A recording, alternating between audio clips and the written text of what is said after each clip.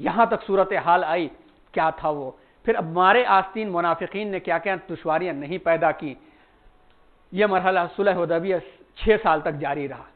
یہ پہلا مرحلہ ہوا. دوسرا مرحلہ بت پرستوں کے ساتھ معاہدہ تا فتح مکہ، برگوبار لانے کے لیے راہ ہموار کرنے کا یہ مرحلہ رہا. یہ 2 سال جاری رہا. اور ممکن ہے کہ تو آتش غم جس کو ہے سمجھا، وہ تیرے مقدر کے ستارے کی چمک ہو. ممکن ہے تیری فکر فراوانی عشرت، اندیکھے غم زیست کے طوفان کی کسک ہو. ان لوگوں نے صلح حدیبیہ کے موقع پر، جس کی تفصیلات آئندہ ہفتے آئے گی، موقع پر حق پر ہونے کے باوجود صحابہ کیا دل لے کے گئے تھے کہ اپنا گھر لٹا پٹا گھر 10 سال کے بعد دیکھیں گے، 10 سال کے بعد لٹا پٹا گھر دیکھیں گے، مگر حضور فرما رہے ہیں نہیں، یہیں سے واپس ہو جائیں گے. کیا دل تھا. حضرت عمر کھڑے ہو گئے، کیا حق پر نہیں ہے، ہم اجازت دیتے جا کے فتح کر سکتے تھے، مگر آپ صلی اللہ علیہ وسلم نے ہاتھ دبایا، منع کیا، اور نتیجہ یہ رہا کہ اس وقت آتش غم جس کو سمجھا گیا تھا وہ ایک مقدر کا ستارہ بن کے چمکا کہ اذا جاء نصر اللہ والفتح ورأیت الناس يدخلون فی دین اللہ افواجا، فوج در فوج لوگ داخل ہونے لگے. اور قریش نے جو سمجھا تھا کہ ہم تو جیت جائیں گے، انہی کے اوپر بات آ کے پڑ گئی. تیسرا مرحلہ وَيَدْخُلُونَ فِي دِينِ اللَّهِ أَفْوَاجًا الْيَوْمَ أَكْمَلْتُ لَكُمْ دِينَكُمْ وَأَتْمَمْتُ عَلَيْكُمْ نِعْمَتِي وَرَضِيتُ لَكُمُ الْإِسْلَامَ دِينًا. یہ 3 مرحلے ایسے ہیں کہ آج پرسنل لا ہو یا انٹرنیشنل لا ہو، گھر کا قانون ہو یا گلوبل قانون ہو، فرد کی حفاظت ہو، معاشرے کی حفاظت ہو، جانور کی حفاظت ہو، پانی کی حفاظت ہو، ماحولیات کی حفاظت ہو، ہر ایک چیز کا نمونہ اس تینوں مرحلے کے اندر ہمیں عملی طور پر ملتا ہے. آپ بھی مطالعہ کیجئے مزید اس کے بارے میں. انشاءاللہ اگلی نشست میں اس کے بارے میں بات ہوگی.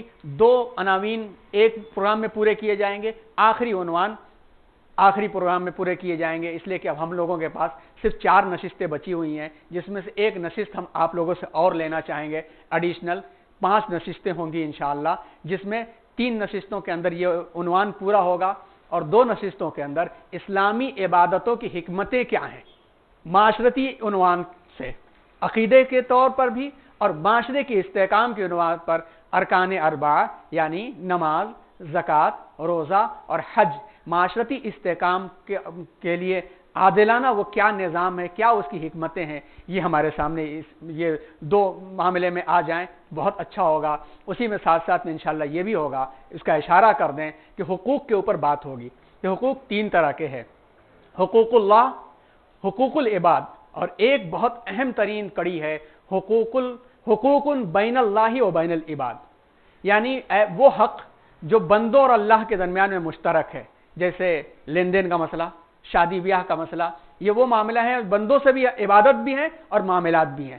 اس کی حکمتیں آ جائیں تو سیرت نبوی سے بہت اہم سبق ملے گا. ہم امید کرتے ہیں کہ آپ ان چیزوں پر مطالعہ بھی کریں گے. الرحیق المختوم کا نام لیا، محسن انسانیت کا نام لیا، در یتیم 3 کتابوں کا نام لیا. آپ اس میں مطالعہ بھی کریں گے اور اس کے ساتھ ساتھ ان عناوین کے اوپر جب بات آئے گی تو اس کے بارے میں ہزاروں صفحات ہیں، مگر موقع ملے آپ کو تو پھر آپ اس کے بارے میں ارکان 4 مولانا علی میاں ندوی اور اسی طرح سے تنقیحات اور اصلاحیات، خطبات، یہ اور بھی عناوین ہیں جس کے بارے میں کتابیں آئیں گی، اور ہم امید کرتے ہیں کہ آپ حضرات اس کے بارے میں اور توجہ دیں گے، مطالعہ کریں گے. اور ایک بات جس کو ہم نے عرض کیا سیرت نبوی کے حوالے سے، اوس اور خزرج کے درمیان میں اتحاد اور اتفاق ہو کر کے وہ دین کے استحکام کا ذریعہ بن گئے. آئیے ہم بھی اپنے درمیان میں مسجدوں کے اندر لوگوں کو اکٹھا کر کے اچھائیوں کو اتنا بڑھائیں کہ اچھائیاں بڑھیں گی تو برائیاں خود بخود ختم ہو جائیں گی اور وہ ماحول ختم ہو جائے گا کہ مسجدوں کے ذریعے سے کوئی انتشار ہو. اللہ ہم سب کی حفاظت فرمائے اور سیرت نبوی کے مطابق عمل کرنے کی توفیق عطا فرمائے. کچھ مشورہ، کچھ وضاحت ہو تو آپ حضرات کر سکتے ہیں.